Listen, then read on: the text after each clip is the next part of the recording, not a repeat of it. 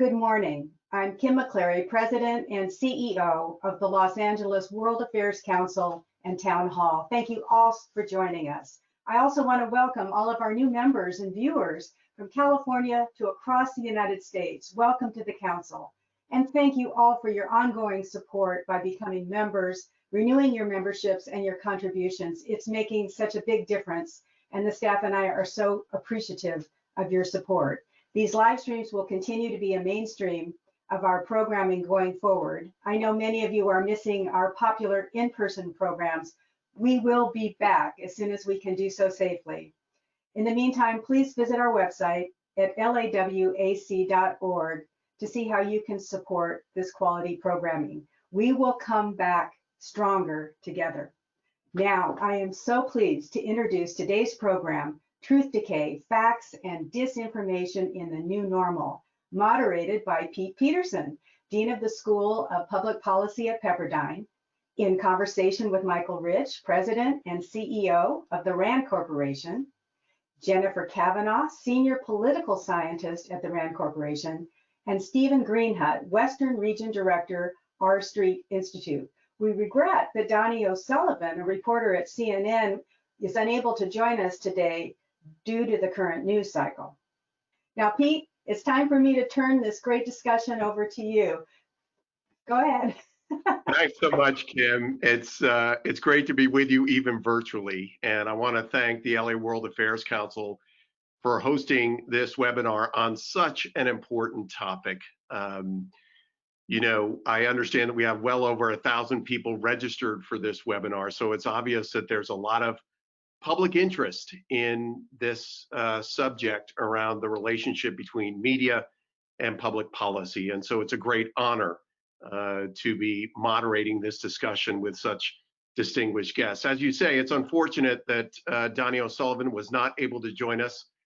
Just given the pace of news events, it's certainly understandable that he was taken away this morning, but it is great to be joined by Michael Rich, Jennifer Kavanagh, and Steve Greenhut. Kim introduced you all by title, but I wanted to also highlight, especially for you, Michael and Jennifer, you are the co-authors of a report called Truth Decay, an initial exploration of the diminishing role of facts and analysis in public life. Jennifer, you also lead RAND's initiative on countering truth decay.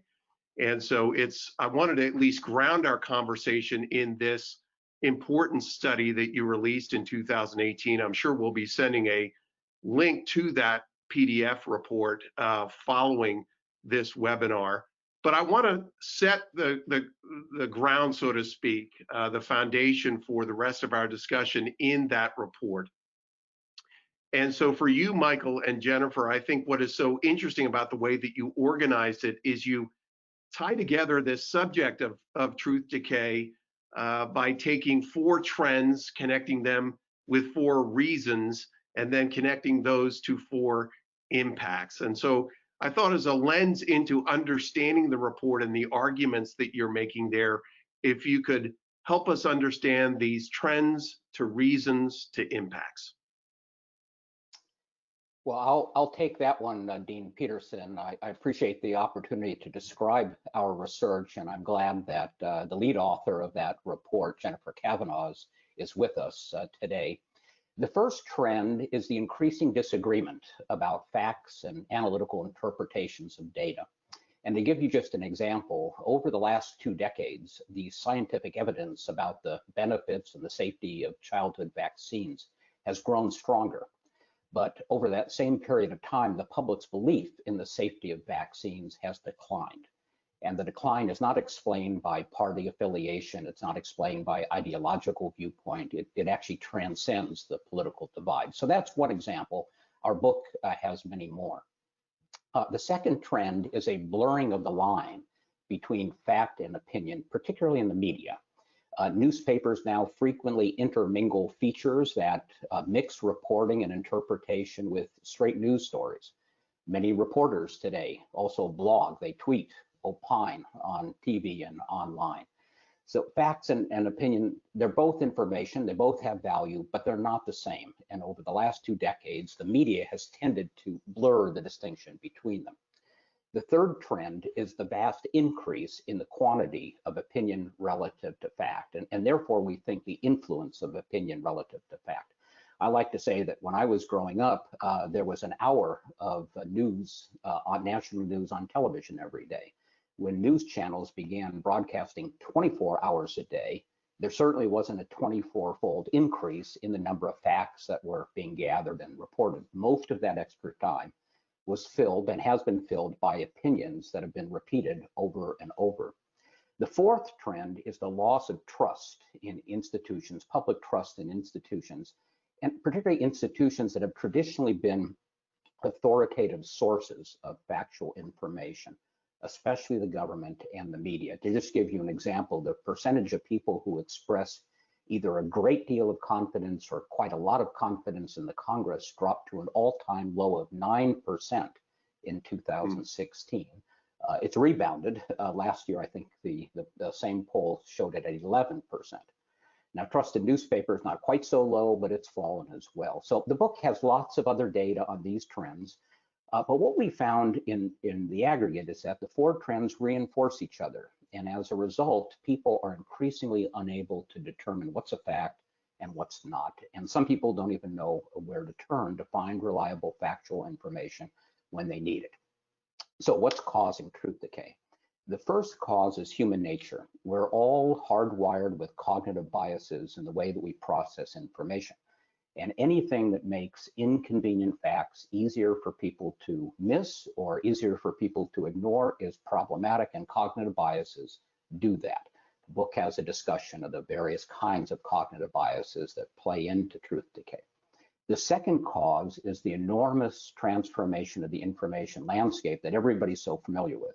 The advent of the internet, the introduction of social media channels, a dramatic change in the economics of journalism. You know, on the one hand, the changes have opened up vast quantities of new information to billions and billions of people, but they've also made it much easier to spread the wrong kinds of information, much easier for each of us to reinforce our cognitive biases by tailoring our information sources narrowly.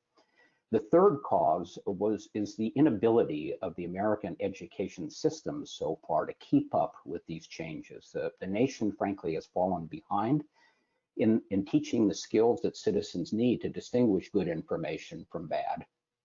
Too many Americans can't separate facts from falsehoods or critically evaluate different sources of information or distinguish between sound statistics and statistics that are designed to mislead. And finally, the final cause is the sharp rise in polarization, and not just polarization in politics that we often hear about and talk about, but the polarization in society and the economy as well. And these divides are self-reinforcing. So the more that our society splinters into like-minded groups, the easier, of course, it's going to be for echo chambers to form, thrive, persist. The easier it is for actors who have malign intent to spread disinformation. And the reason we think truth decay is so serious is that, and this gets now Dean Peterson to the consequences. First, it erodes civil discourse, the ability to have a meaningful debate with people with whom you disagree. When that happens in government and in the public sector, it leads to political dysfunction. And increasingly, as we've seen, it leads to paralysis. The erosion of civil discourse drives the dysfunction and paralysis, and it makes solving the nation's most serious, most complex, most chronic problems virtually impossible. And the more the government can't get things done, the more the public trust in government erodes even further. Diminishing trust leads in turn to citizens disengaging, becoming alienated from the political process. And what makes the problem even more dangerous is that truth decay is not limited to any region of the country. It's not limited to one demographic. It's not limited to a single political party, and it's certainly not limited to a single politician. It's much more pervasive. It's truly a systemic problem, and that's why I at least think that truth decay is an existential threat to our democracy. So with that groundwork being set, Steve, I want to go to you as someone who's been in journalism, has also written on the opinion side. And while Donnie's not here, I did want to raise a question that I was going to throw to Donnie based on a piece that he wrote recently up at CNN.com titled "How COVID-19 Misinformation is Still Going Viral." And I wanted to quote from that and just get your feedback to connect this problem of truth decay that Michael and Jennifer have done such great research on, and look at it now through the lens of the pandemic, or as we say in the title of this discussion, the new normal. Donnie wrote this, quote, "The many unknowns about COVID-19 because of its novel nature and the speed and scale at which it has spread, along with an anxious public understandably looking for answers, have created the perfect conditions for conspiracy theories to thrive." And I look back over these last couple of months when we've been told masks are no good, masks are good. We get different information about drugs that seem to be promising as either therapeutics or possible vaccines, and then they're not. Is there something unique about the pandemic challenge that makes this an extremely difficult subject as a reporter to accurately cover and communicate with? Well, one of the things I write for the Southern California newspaper group. I'm still on the editorial board. So as this unfolded, it was really challenging to try to come up with what kind of opinions do we take on it. And I hear a lot from readers, and it's watching this. I think the direct impact on our lives is what's so different. I mean, none of us have ever experienced something this impactful on our businesses, our lives. So that makes people rather heightened in their concern.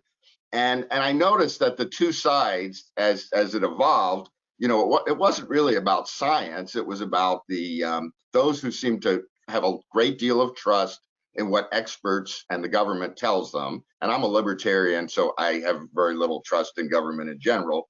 And then those who don't seem to believe anything at all.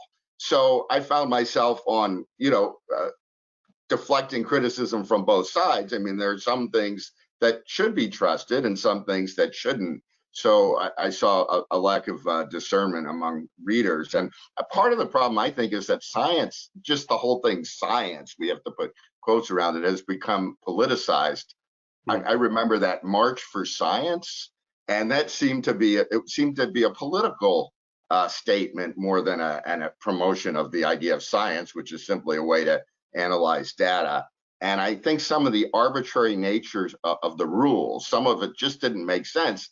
Didn't make sense to me, didn't make sense to people who were less politically minded than I am. Why can't I go to this small business, but I can't wait in line at the big box store? So I think there's some nature of the impact on us personally, and the degree to which these rules and the elimination of some of the restraints on power, and then of course it all gets amplified through social media, and it's very frustrating. So that's the difference. It really affects us directly. And then you have folks who will dismiss. I'm seeing people dismiss a New York Times article that's well researched because of its biases, but then they'll post something from their Aunt Ethel that doesn't even pass the most basic test. So it's been frustrating dealing with that. Jennifer, I wanted to come to you then, just building on what Steve just said. One of the important elements of the Truth Decay report and book is the presence of these new information platforms, one of the reasons that you cite as being one of the challenges. And it's fair to say, as Steve just pointed out, that it's essentially given everybody a microphone. I mean, it could be argued that there's a good thing in democratizing information sources, but I think we're also seeing the downside when those information sources are putting out information through the megaphone of social media that can't be trusted. And And it certainly seems that when we look at the research that you've done around different age groups and different ethnic categories, certainly different political parties are taking in information in different ways. I wonder if you could speak a little bit to how social media just in the last 10 or 15 years has really changed the information landscape for the public and how they take in information. Yeah, that's a great question. Social media has really revolutionized, excuse me, the way that we consume, share, and produce information. First, there's just the question of volume. There's just so much information. And here I'm talking not just about social media, but the entire internet ecosystem and the diversity of sources, the different types of sources, the different political views that you can find, and the different styles of journalism that you can find. The second is the speed. It used to be that if I wanted to spread false information, I could maybe tell my 10 closest friends and hope that they had big mouths and shared the information widely. Now, you can put information on social media and it can spread to millions of people in a second. And in an environment, as you were just discussing, in an environment where there is so much uncertainty and people are hungry for any kind of information, that just supercharges the likelihood that something is going to go viral. And we've seen many examples of that just in the past few weeks of cases where false information has just exploded because it caught someone's attention and it maybe made people feel like it was providing some sort of answer. We also lose kind of the filtering. We have no way of knowing on its face, like what's good information, what's bad information. In the old information ecosystem, there were filters. And so we were getting not all the information, but specific streams of information. Now that has its downsides too. It means that someone else is making decisions about what kinds of information we get. We don't get all the information. We only get some portions of it, and someone else is deciding. We don't get to choose. It also means that only some voices are really heard. The current information ecosystem, not only is access democratized, but my ability to be a voice, to have a voice, and to see people who are like me also is much more significant. We did a survey last year that showed that we asked people, do you think the news is more reliable, less reliable, or the same?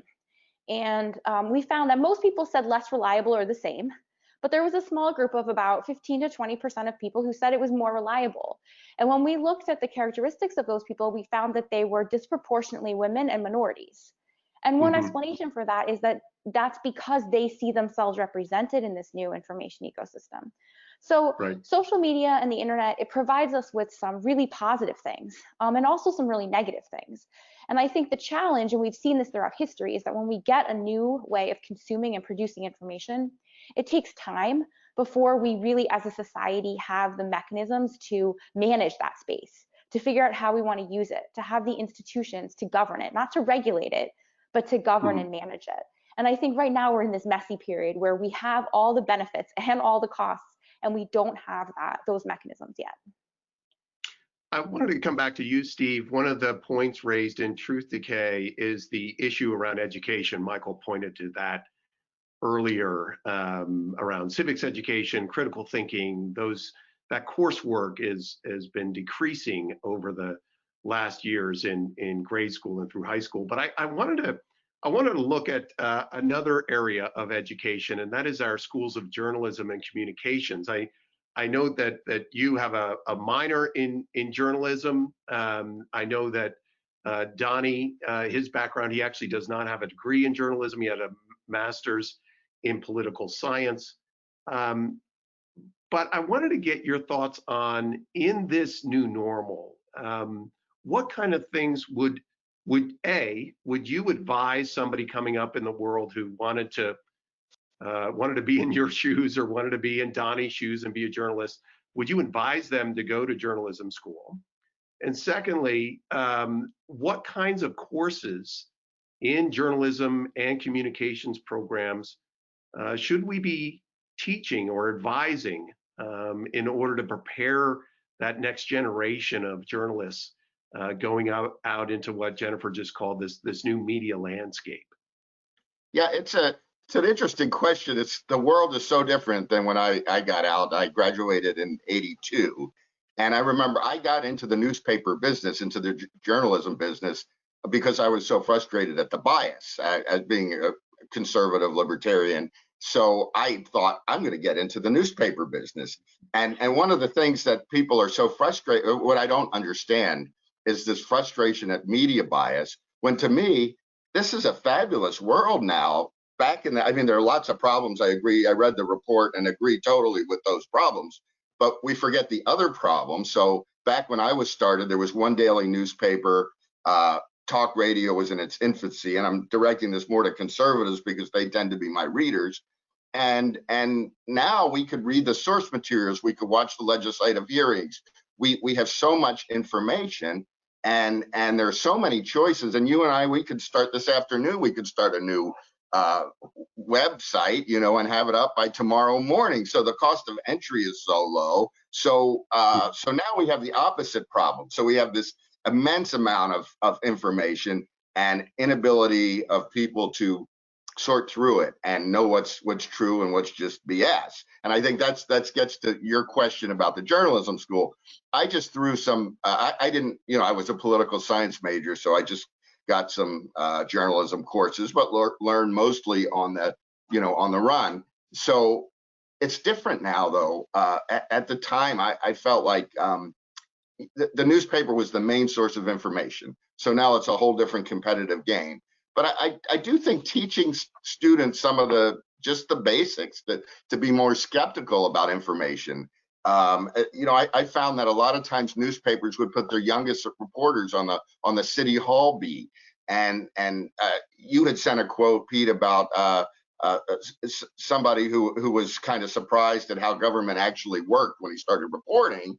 And you could learn the mechanics, but I found reporters, and I've had reporters work for me, who they know how the mechanics work, but they don't really get past the surface. So teaching just a lot of the basics, getting past the surface, knowing how to vet a source. A lot of young reporters I've dealt with, they're reluctant to even call people and develop sources. They're just so used to texting and emailing. So, I think what you teach journalists is the same. You teach them how to be good journalists, but we have to teach them how to subsist in this environment where you're being rewarded for being more partisan. I think things are being pushed in a more partisan and a more opinionated direction. Looking at the clock, and I want to be mindful, we're going to start questions here in a couple minutes, and I'm going to throw it back to Jessica. But I wanted to come back to Michael and Jennifer. One of the aspects of your book and report that is actually encouraging is that you situate the moment that we're in a historical context. And as much as this is called the new normal, and we think in many ways that social media and the other elements that we're talking about are so new that the conditions themselves are new, you point to 3 previous epochs in American history where we saw some similar conditions around what could be called truth decay. And so I wanted, just in a couple minutes here, both Jennifer and Michael, if you could speak to those previous 3 eras and maybe a little bit about what we can learn from them. Michael, start with you. Oh, Let me introduce the eras and invite Jennifer to elaborate. They were eras that had similarities in terms of the introduction of new communication techniques, new channels for disseminating information, similar to today. So one was the late decades of the 19th century, the yellow journalism period, when mass-produced newspapers were available for the first time. Then the 1920s and 1930s, really the advent of radio as a common source of information. And then the 1960s and 1970s, when television really replaced radio. And we had some of the same characteristics. But Jennifer, maybe you want to take over and talk about the lessons from those periods. Sure. So in each of those periods, we see a number of the same trends that Michael talked about at the beginning. We see blurring of the line between fact and opinion. We see increasing amounts of commentary. In the 20s, for example, you have the rise of tabloid journalism, which is news as entertainment. And then with radio, you have powerful radio hosts who have their own shows that they use to spread their views very widely. That should sound really familiar to anyone who's ever thought about or watched cable news. We also see declining trust in institutions, whether it's the media or the government. And the other similarity, which I think is really important, is we have this phenomena of people rejecting facts and observing some of the consequences of those. So let me give you an example from the Great Depression. People are making a lot of comparisons to that period now, so I think it's a good example. In the early 1930s, in the initial response to the Great Depression, the economic collapse, policymakers didn't pay all that much attention to what the macroeconomic data was telling them. They hadn't really been collecting it, and they didn't really use it in making their policy decisions. Instead, they made policy more based on what they hoped would happen, rather than what the data was telling them. It's a little bit of an oversimplification, but it's a broad summary. And the impact was negative. It got worse. The Great Depression got worse. And then starting with FDR, you see a shift in strategy, a shift towards experimentation and collecting data with the rise of three-letter agencies that started collecting macroeconomic data and tracking things, and trying to use that to form the basis of what became later evidence-based policy. And that had a much better impact. So a parallel to today then is the moment that we're in now, where we've seen that countries that have really prioritized data, whether it's collecting data on cases and tracking and using science to search for treatments and vaccines, or just using data to think about trade-offs between the economic costs of shutting the economy down and the health costs of managing the public health crisis. So data has been hugely important in the response. Countries that have prioritized that have done better than countries that have been slow to take that approach. And so, a hopeful story would be that this would be the turning point, that people would see how important data is and how important facts are to our ability to survive and our ability to manage this crisis. So is that going to happen? I think the story now is a little bit more complicated, and there's a couple of reasons for that. The first is that the experiences of the pandemic have been really different across the country and across the world. So some people have been heavily affected, whether it's health consequences or economic consequences. And people are getting different stories from different news outlets, and that's affecting their view. So instead of having one narrative about the role of facts and the role of evidence in this crisis, there's multiple narratives. And so some people will learn that lesson, that facts are really important, but some people may not learn it, at least not yet. And until we have everybody buying into that story, I'm not sure that the tide turns. And so I think that difference from previous periods, this continued disagreement about facts and these alternative narratives, creates some question in my mind about whether this period or this crisis will be enough to shift the tide. But it's pretty early. Experts suggest this is going to last for a long time.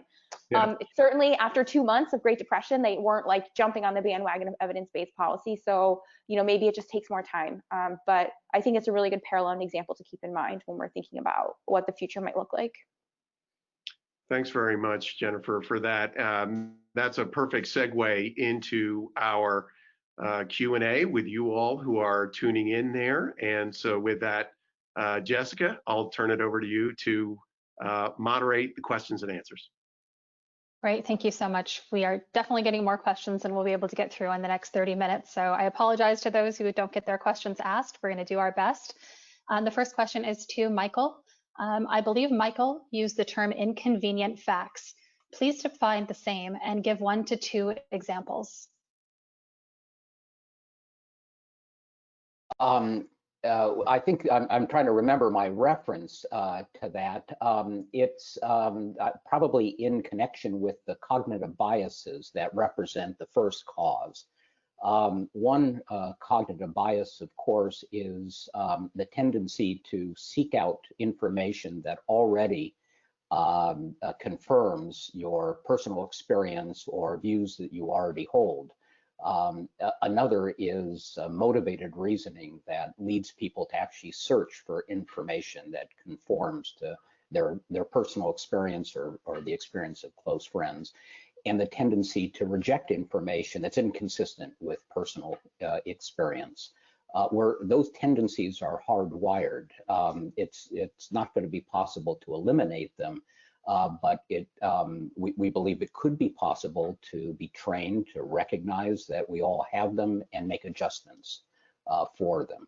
So I think that it was in that context that I made a reference to facts that might be inconvenient because they don't conform to somebody's personal experience. Great, thank you. Jen, this question asks, to what extent can viewing foreign news channels, for example, BBC, RT, Xinhua, 24, etc., give one at least a partial cure to the truth decay? So maybe there's a question also about international issues with truth decay too, not just in the US.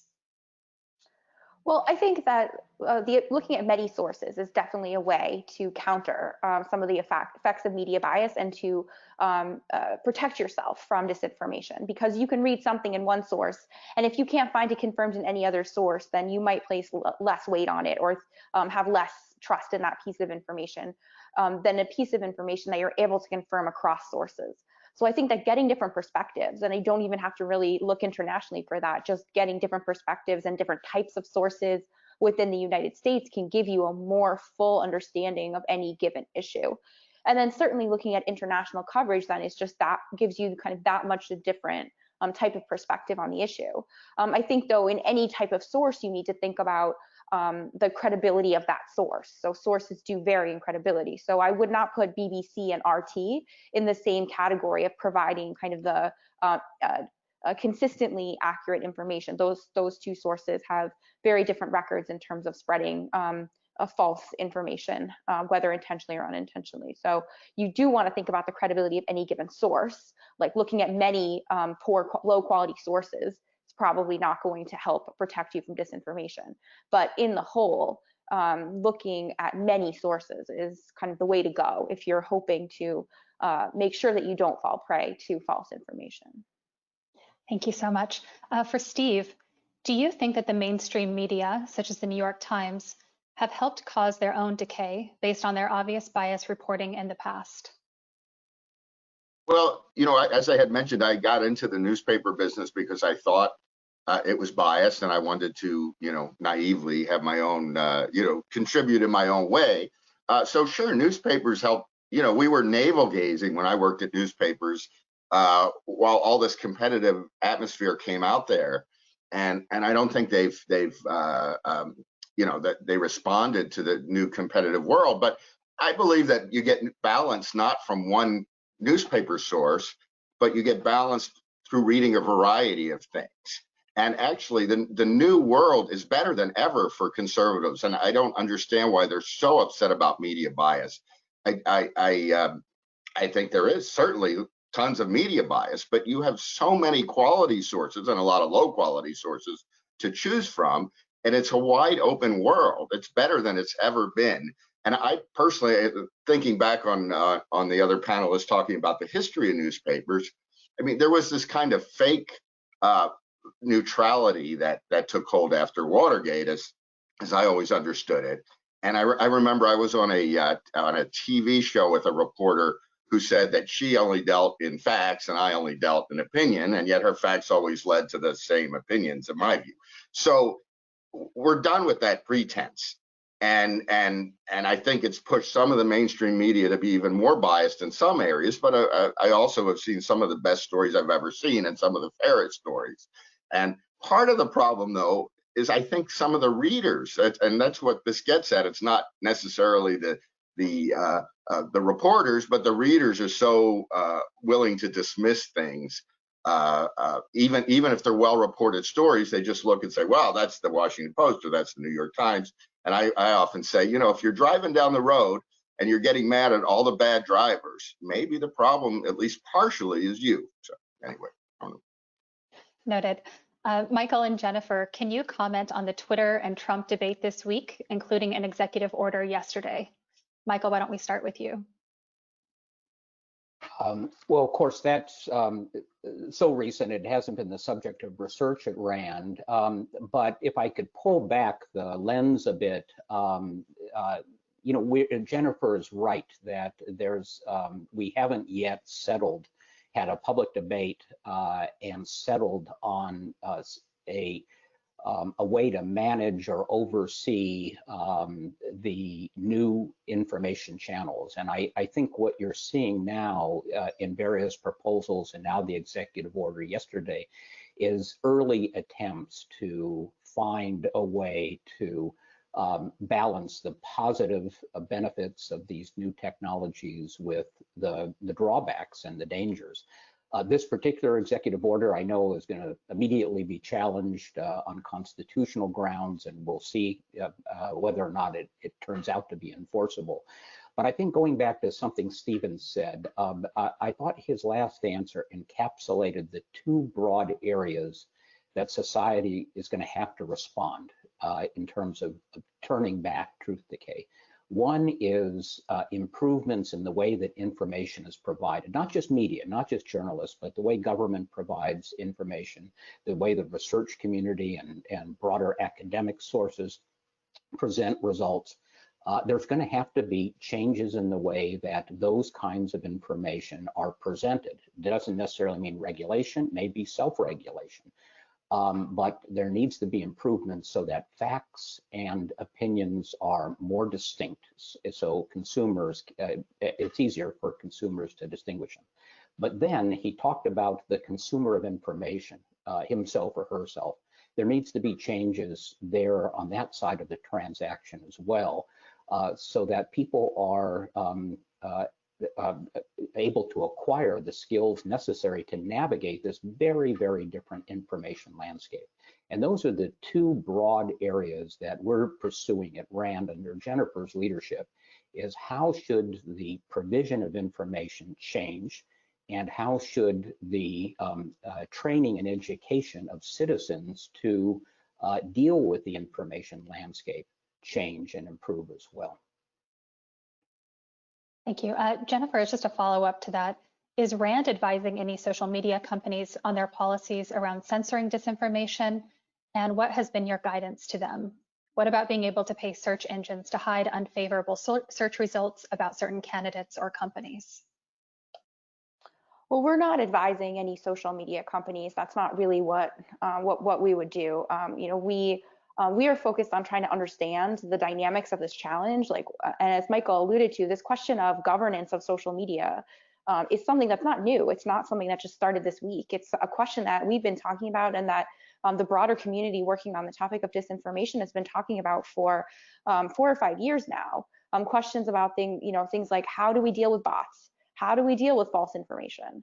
You know, what are the ways that we want to protect this space? I think that the COVID-19 crisis has raised attention and really heightened focus on this issue, because now disinformation can be really dangerous.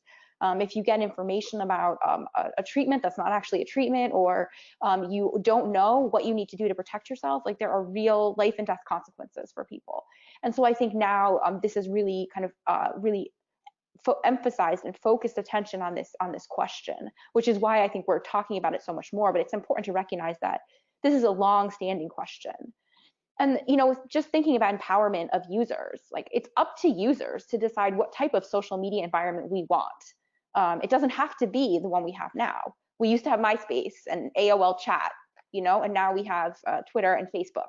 We can imagine a different space with that provides a kind of different boundaries and different kinds of cues about different types of information, that separates fact and opinion more. So I think that at RAND, what we're really interested in is thinking about those questions. How do we navigate these really challenging policy questions to make sure that we're harnessing the power of new technology and limiting the negative consequences? Thank you. To Stephen, what are your methods of discerning what news is fake or not? And are there tools available to help people root out primary sources in news? Yeah, when I write my columns and editorials and books and all the things I write, I mean, you check and you double check. And, you know, it's if you're posting something on Facebook, like you see a story you want to post on your feed, I think the level of checking obviously is much lower than if I'm writing something in print, in which I will often, you know, read a variety of sources, make sure they seem like legitimate sources, try to double check, make phone calls. But you know, that's I think part of the problem is most people are disseminating information with, they're not, sometimes not even reading the story before they retweet it. And I you know, I think that's where a lot of the problem is. It's not that hard to check things out. It's not like we didn't get bad information before in the old media world. And in fact, a lot of the information that came through the gatekeepers wasn't all that good either. And a lot of the vetted information, that's part of the reason for some of the cynicism.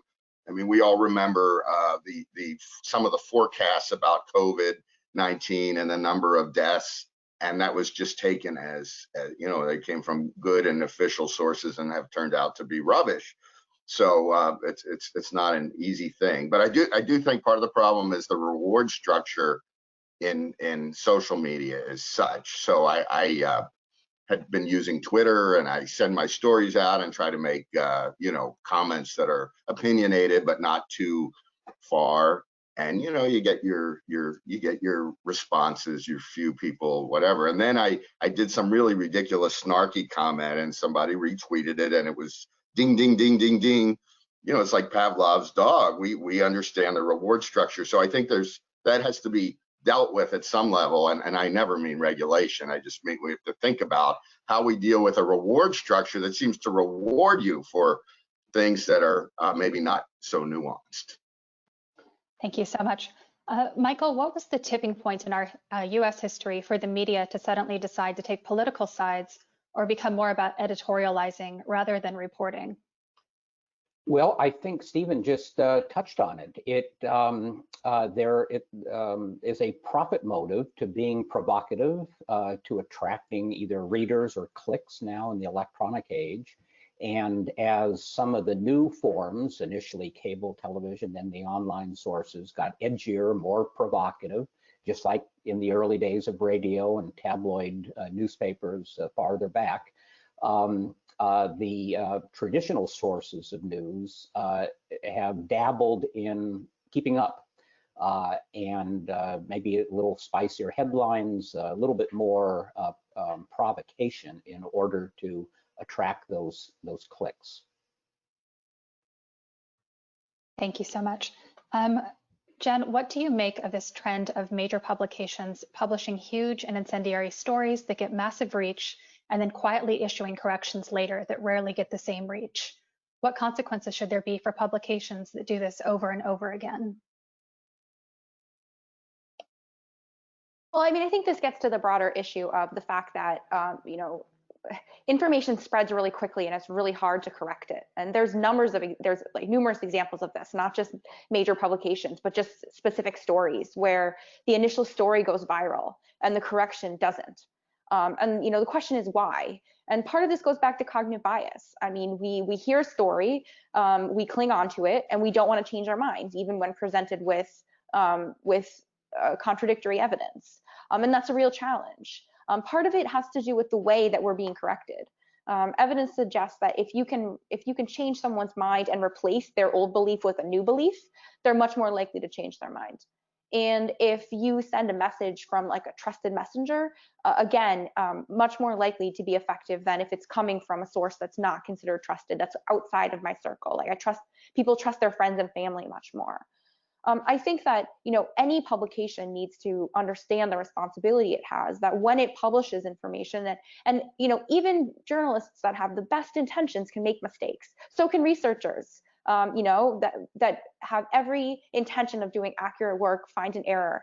I think it's, you know, it's incumbent on the researcher or on the journalist to really make an effort to correct and to make sure that that correction gets circulated widely. They can't control, though, whether or not the consumers, you know, can take that information and integrate it and kind of update their belief structure.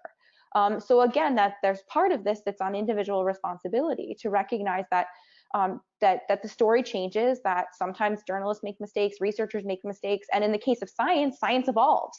So we need to be more open-minded to incorporating new information as we get it, and to understand that this is how information changes and evolves. And some of it's nefarious, and you know, that's one issue. Some of it's not. Some of it's just the way information evolves and works.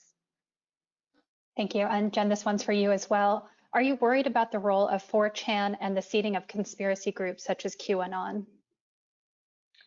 So I do think that sites that that are heavily permeated by false information and conspiracy theories are problematic, not in and of themselves, but because of what they kind of feed into. And I think you can think of like the life cycle of a conspiracy theory.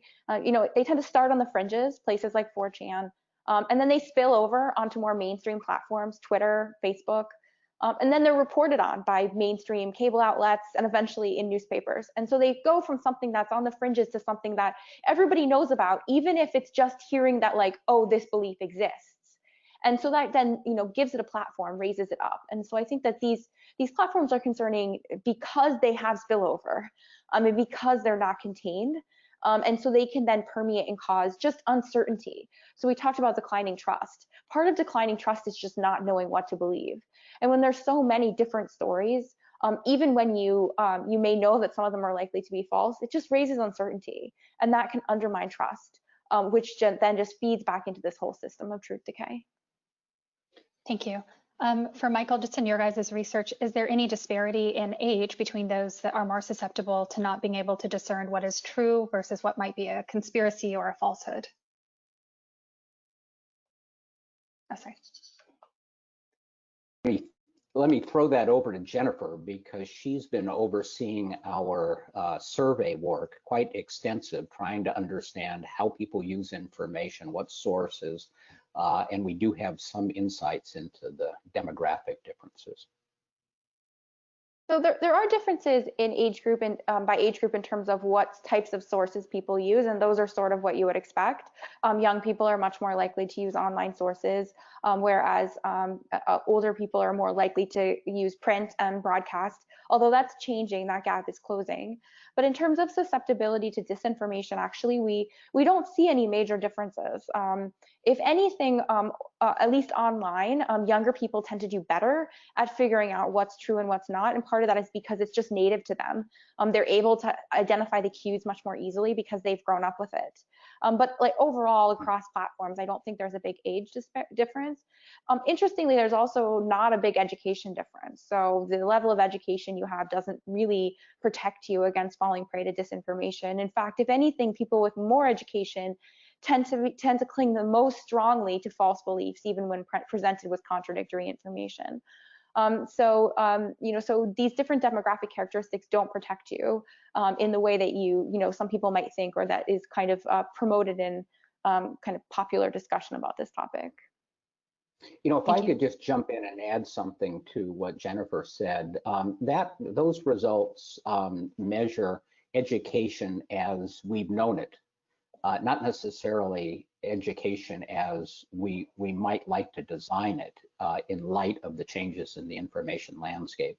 And so, at least personally, I still hold some hope that we can devise ways to sensitize people to cognitive biases and ways to compensate for them, and maybe teach people some of the best practices in terms of seeking out, consuming, and interpreting information. Thank you, Michael. We had a question about that too. How can we overcome our own confirmation bias? This person says, I find it very difficult to read what I think is fake news.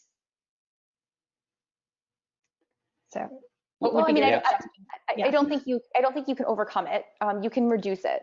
I think that's kind of the way to think about it. And I think that's just being aware that you are predisposed to seek out information that makes you be right. That's like you get a dopamine hit in your brain. It makes you feel good. And so that's what you're predisposed to do. I know that working on this project has made me much more sensitive to the fact that I tend to consume the same sources. So I have to challenge myself. And that means I have to read sources that disagree with me. And I know that I'm probably going to disagree with them. And they may not change my mind, but at least I've been exposed to those ideas. And so it broadens my view of that issue. I know that view exists, and I can take that into account when I'm making decisions or thinking about that issue generally. And so I think that that's the key. It's just being aware that you're gonna seek out that information that confirms your belief. So you have to intentionally choose to seek out the alternate or the opposite side. Thank you. For Stephen, this guest says, we are drowning in opinions. How can we direct this interest more to knowledge and facts? And she did a follow-up also that, you know, we seem to want to be titillated by our news. So how do you, as a writer, you want to get the information out, but you also have an economic model where you have to get people to click and come to your articles? Yeah, I mean, in my years in newspapers, I've never felt pressure to be titillating, right? I mean, it's not quite as people think, but yet there is certainly yeah, with the measuring page views that certainly has increased. So I don't know. I just try to I've always been clear. I'm an opinion writer. Even when I was a news columnist, I was on the news pages and I was a columnist. I try to talk to both sides. I try not to deal in straw men. You know, I do my best. I try to use you know, data where possible, and also to write in an interesting style. So I've always felt freed that I don't have to, you know, even though I've been an editor and have had reporters working for me, and when I started, you know, worked for a couple of different online news services. In fact, we used to get one that I helped, you know, that I was vice president of, used to get a hard time for admitting our biases up front, right? So we said that we're a free market oriented site, and we tried to do serious news coverage, and then people would hammer us. You see, you admit that you're, I'm like, I thought that's better. If you admit what your biases are, and then you, the reader, can discount it. And so I never quite understood that criticism. But even then, I felt pressure, and this, I'm talking about pressure from readers, not from publishers. There were people who wanted us, we were a more conservative oriented site, to do news stories that presented the conservative side fairly. And that's what we tried to do. And then there were those who wanted us to do some of what we're seeing more of now, some of that kind of hit journalism that would always advance a more partisan agenda. And I was in the former category. But one final quick point is I do think we're sometimes understate the degree to which the old model, the fair and balanced, not the Fox News sense, but that old fair model, post-Watergate model, the degree of biases that were inherent in that system, right? So a lot of the biased stories that you read, I mean, I read them and I'm like, look, this has an agenda. Even if the reporter isn't being an opinion writer, even if the reporter is talking to both sides, there's still, you know, if we do a story on why Steve Greenhut is a jerk, and half the people say he's a jerk and half the other half say he isn't a jerk, you're still left with the idea that he might be a jerk. And I think a lot of those stories have those inherent biases, and that's what frustrated a lot of conservative people and has pushed us in this kind of direction that we're in. Thank you. For Jen, you mentioned the need for time to govern and manage the new information ecosystem, but not regulate it. Could you expand on reasons not to regulate, especially conspiracy theories and avenues for malign manipulation? Well, I guess, you know, I talk about governance because I think that when people think about regulating social media or the internet, they think about it's either nothing or Ministry of Truth. Those are the two options that are presented.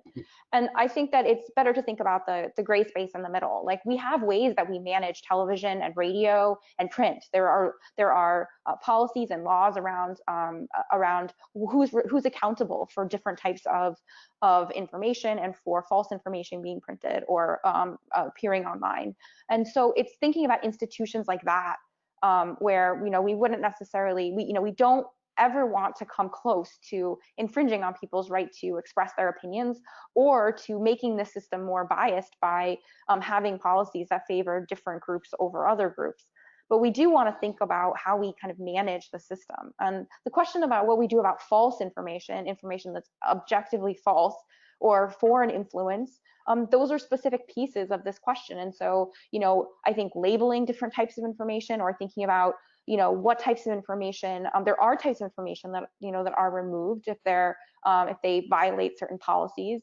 It's important also to remember that social media companies are private companies. The First Amendment really applies to, you know, government not infringing on speech. So, you know, we do want to think about who's responsible, whose decisions should these be? Should it be social media? Should it be individual users? Should it be media outlets? who's accountable, and kind of what are the boundaries that we want to put on that system. And to me, that's not about regulation. That's about us as a community deciding how we want our public space, because that's what social media is. It's a public space for communication, how we want that to be managed and run. And so I think it's important to think about, we're in that gray area. We're not talking about Ministry of Truth. We're not talking about nothing, like a free-for-all. And we want to think about where we fit. And I think we're, at RAND, we're thinking about kind of what that looks like, but I don't have any specific answers yet. It's a really, really challenging question. So something that will take a while, I think, to figure out, which is why we see previous periods that look like Truth Decay lasting decades, not, months or years. Yeah, it's definitely a challenge because we do want to have good quality information, but it's hard as just a viewer or a user on a platform knowing how to pivot to make those things more equitable. Michael, this will be our final question that I will send to you. On many issues, there seems to be a basic disagreement, often along party lines, on what is true and what is false. How does Truth Decay view this? Well, yeah, that's exactly right. The increasing polarization, in part along party lines, is one of the trends that we point to, and it's one of the things that causes truth decay in the first place. And so we've got to address that. There are certain facts that are objectively verifiable, things you can count. Things you can observe, and there should not be any disagreement about that. There might be different interpretations about how to respond to facts, how policies should be formulated or implemented. Those, I think, are legitimate issues to debate, but it's going to be easier to solve our most complex problems if we start with facts. And we've been talking about the diminishing role of facts and analysis in public life, public policy discourse, and the making of public policy. Elsewhere, in other parts of society, the search for facts, the search for more sophisticated analytic techniques to interpret facts, those things are on the upswing, not the downswing. I mean, think about medicine or agriculture, or we know from Moneyball, even baseball. Facts and analysis and those parts of society are taking precedence over ideology and opinion. And my hope is that leaders in those fields will speak up and say that public policy decision making is no different. Facts matter. Facts, you should start with facts. Thank you so much. Pete, I'm going to have you come back. I actually have a question for you. So now that you're back with us, since you're in education, this person asked, I received almost 12 years of civics education in public school in the 60s. By contrast, my children received 1 semester in their senior year. Why have we diminished civics in the schools? And then I'm going to go away so you can answer that. Thank you. Okay. Well, I think unfortunately we, and usually in public policy, especially education policy, most of these decisions are made for the best of reasons. But I think it's fair to say that the move towards STEM-related classes and emphasis on away from what might be called the softer subjects, and certainly civics, I think, falls into that category, is what's taken place in much of our K-12 curricula. And as Michael and Jennifer point out, there's a part of civics education that's also critical thinking. I wouldn't want to say it's just about understanding how government works. There also have to be discussions around how we think critically about the information that comes to us and how we as self-governing citizens are going to make decisions based on that. We here at the Graduate Policy School, we teach a class called Public Opinion, which goes all the way back to the discussions between John Dewey and Walter Lippmann back in teens, 20s, and 30s about how public information is understood, how it's promulgated, the media, the government's role in providing information, and how the public receives it. So I think there really need to be an emphasis. I completely agree with Truth Decay as a report and this particular emphasis on civics education. I would only just add that civics education needs to be broadened to understand this role of public opinion over the years in shaping public policy, and also the critical thinking skills that are necessary as, again, self-governing citizens to make informed decisions.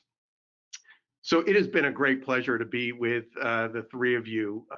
Thank you so much for your time. I just wanted to close with a final thought from each of you before I throw it back to Kim to conclude this session. I've heard little glimmers of positives here that we can take away from what is, frankly, a very difficult set of factors. As you point out, Jennifer, some of the implications of truth decay today may have life and death implications.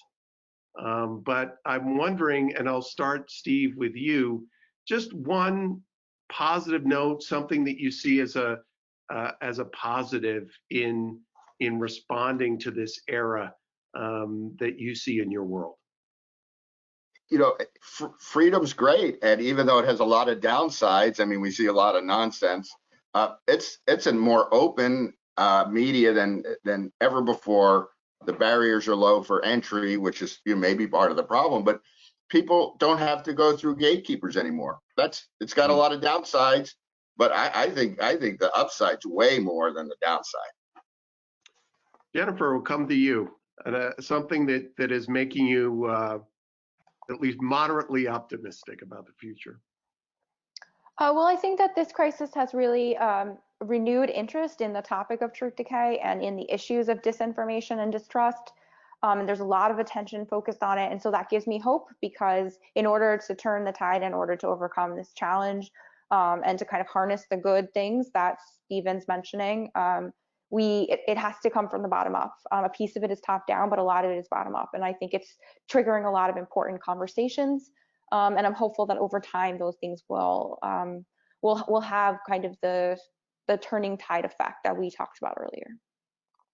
Michael, we'll come to you, and before we do, I'll just share that as I had stepped away at the Q&A, I note that we are now following each other on Twitter. So I used my time away from the screen productively as I looked at my own Twitter feed. So what is making you optimistic? Well, two things really. One is what I mentioned before, which is the trends in other parts of society, in private life, in other professions that now focus more and more on facts and analysis. That's a paradox, given what we're seeing in the public sector and in public discourse, but there's some optimism based on the trends in other parts of society. The other is the reaction to the report that Jennifer alluded to, but that's drawn a lot of attention across the aisle. There hasn't been a partisan response, as there shouldn't be, because this challenge is a systemic one, not a challenge with one part of the political spectrum. So we've seen donors step forward, we've seen policymakers step forward, and that's been encouraging, but we have a long way to go. Well, I'll conclude on that note, Michael, and thank you for that. I think what is so interesting about the report itself is that it understands, as Steve referenced earlier, that we're all in this together, so to speak. It's not just what the media is doing, it's what we are doing as, again, self-governing citizens to make decisions about what we retweet and the information resources that we listen to.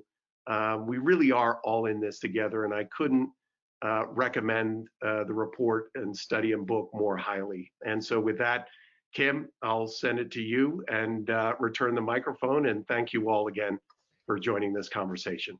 Oh, thank you, Pete, and thank you all for this fascinating analysis. Hopefully we all gleaned some insights on how to seek truth and discern facts as we take in all of this information about what's happening in our world. You were terrific. Thank you all for joining us today. We have a terrific lineup of live streams next week for you all. June 1st, our young professionals are producing a program that will focus on universal basic income and making a political case for that. June 4th, we have Congressman Adam Schiff in our conversation with Dan Schnur on how our nation has responded to COVID-19. And June 9th, we have the Ambassador to Germany, Dr. Emily Haber, in conversation with Ambassador John Emerson, Chairman of the American Council on Germany. You can see a full listing of all of our programs on your control panel. There's a dark gray shade that says handouts. So just click on that and see all of our upcoming programs. And please check out our website at lawac.org to register for programs and to see how you can support us so that we can continue to provide you with quality programming like today. Please, everybody, stay safe, stay informed, and we hope to see you soon. Thanks, everybody. Take care.